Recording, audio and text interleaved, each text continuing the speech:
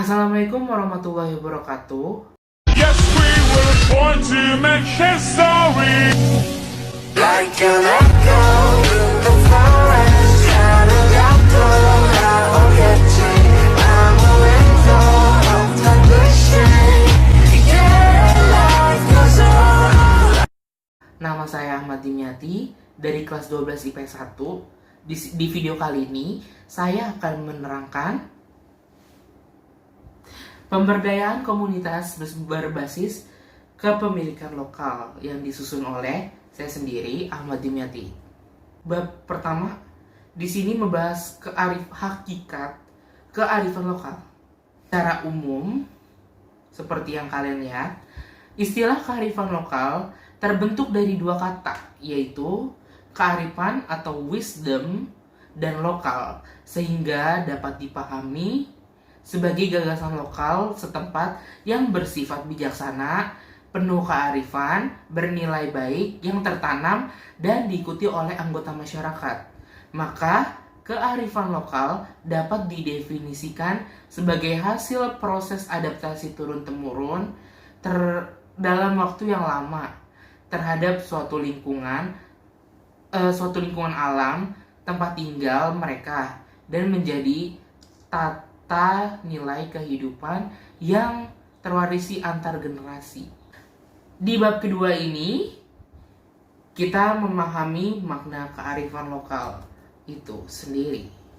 Nah, kalian bisa lihat seperti di layar, pemahaman lain tentang kearifan lokal yaitu suatu bagian dari budaya masyarakat yang tidak dapat dipisahkan. Nah, yang tidak dapat dipisahkan dari bahasa masyarakat tersebut. Kearifan lokal pada umumnya diwariskan dari mulut ke mulut. Mulut ke mulut. Nah, itu salah satu dari kearifan lokal. Kearifan lokal ada dalam cerita rakyat, lagu-lagu rakyat, peribahasa, dan permainan rakyat.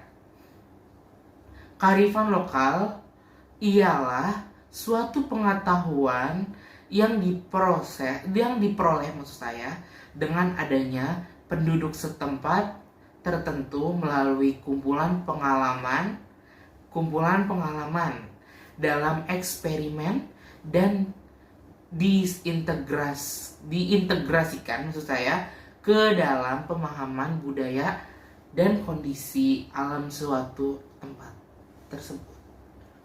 Di bab ketiga, ciri dan fungsi kearifan lokal. Kita membahas ciri-cirinya dulu. Ciri-cirinya yaitu ada 3 ciri. 1. Mampu bertahan seiring berkembangnya zaman.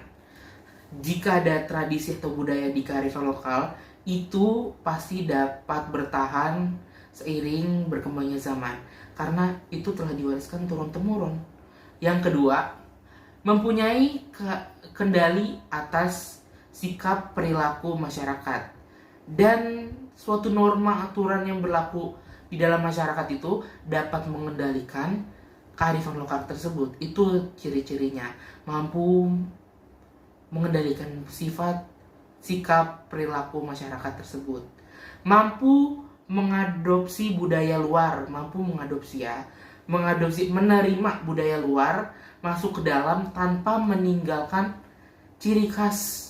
Untuk fungsinya sendiri itu ada 4, sebagai pengembangan ilmu pengetahuan. Nah, terus yang ketiga, sebagai upaya pelestarian alam, sebagai alat pemecah masalah sehari-hari. Nah, di bab keempat ini, bentuk kearifan lokal di Indonesia. Nah, bentuk kearifan lokal di Indonesia itu ada 2. Yang satu, kearifan lokal yang berwujud nyata, tangible, dan yang kedua bersifat yang maksudnya tidak berwujud, intangible. Nah, kita bahas yang berwujud dulu. Oke, kita bahas kearifan lokal yang berwujud nyata dulu. Nah, di sini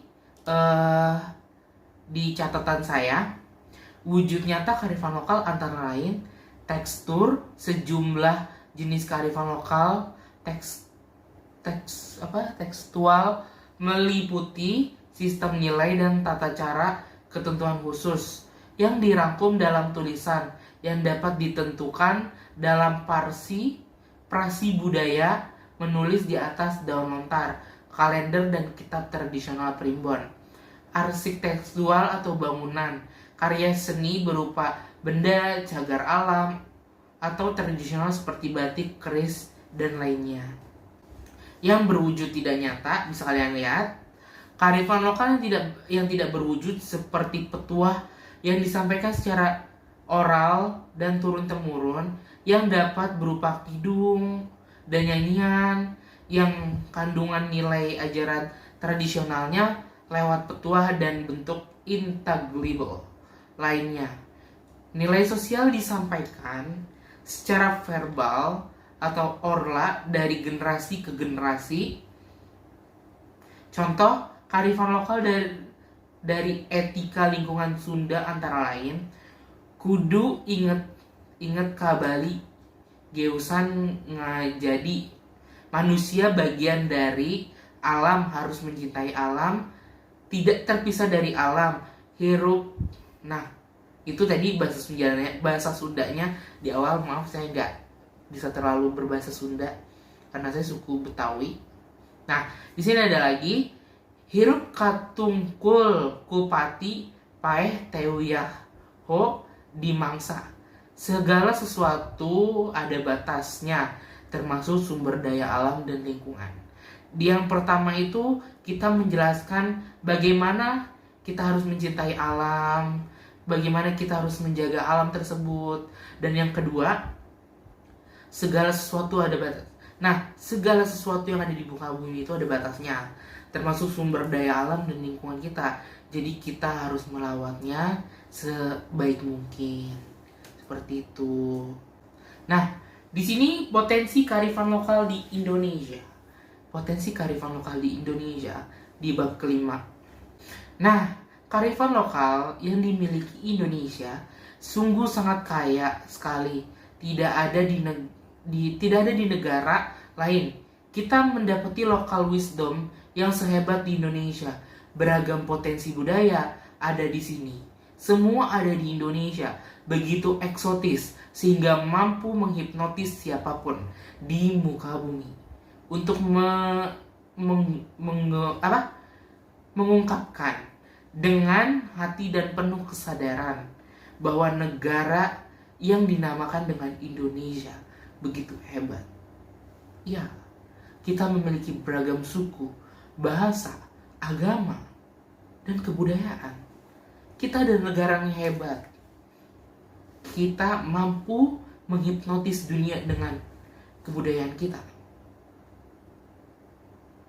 Dan sebagai anak Indonesia, kita harus bangga dan kita harus bisa mempromosikan bagaimana budaya kita harus sampai ke negara asing. Itu dia. Itu kearifan lokal yang dimiliki Indonesia.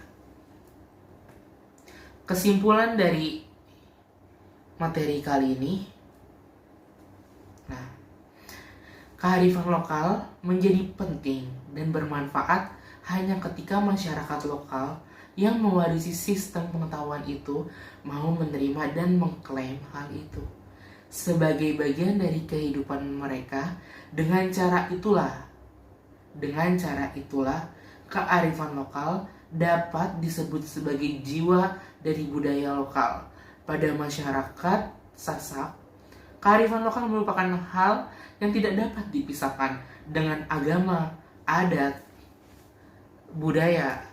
Karenanya, denyut nadi kehidupan masyarakat Sasak memerlukan cara-cara yang arif lagi bijaksana.